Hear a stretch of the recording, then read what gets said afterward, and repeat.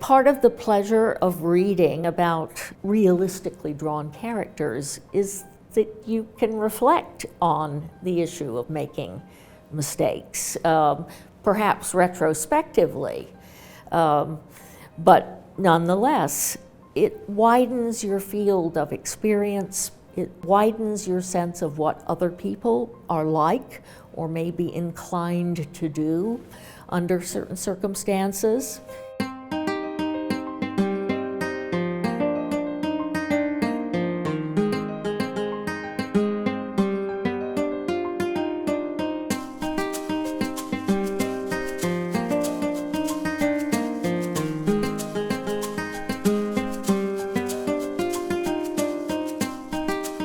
The novel is a kind of post-Renaissance phenomenon.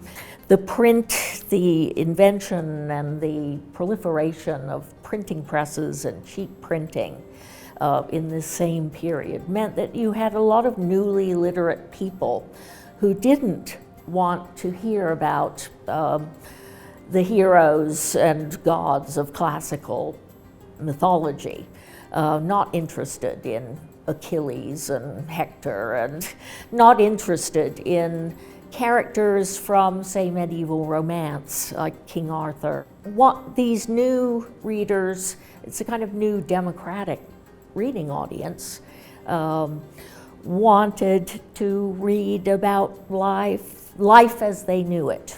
And there's a kind of nitty-gritty realism to especially early English novels that is absolutely not there before in the literary tradition. It's a kind of transition from a world of often authoritarian belief, or patriarchal or religious or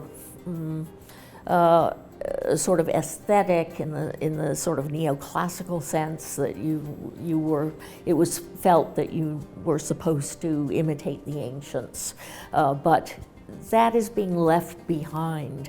And by the 18th century, that is when the novel in English it's sort of up and rolling at that point.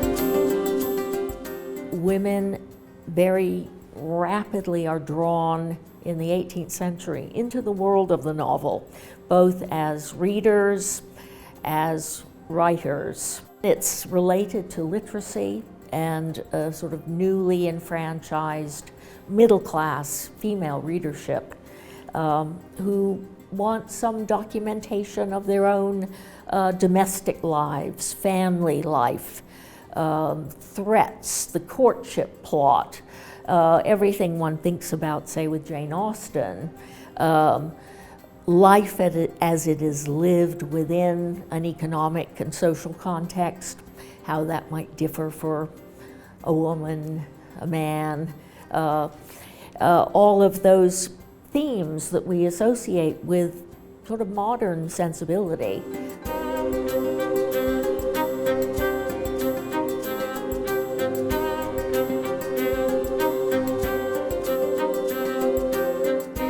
Works of the past 2 centuries, 3 centuries, are becoming ever more foreign to students in particular, but to culture at large. I think we're living in a somewhat post-literate age where many people don't read very much at all, certainly not long novels, certainly not old novels. Part of one's task is that of an archaeologist, in a way, or a historian, to reconstruct the cultural context, because it's hugely valuable to know where things come from, systems of decorum and beliefs about, say, female sexuality. How did all these things get started?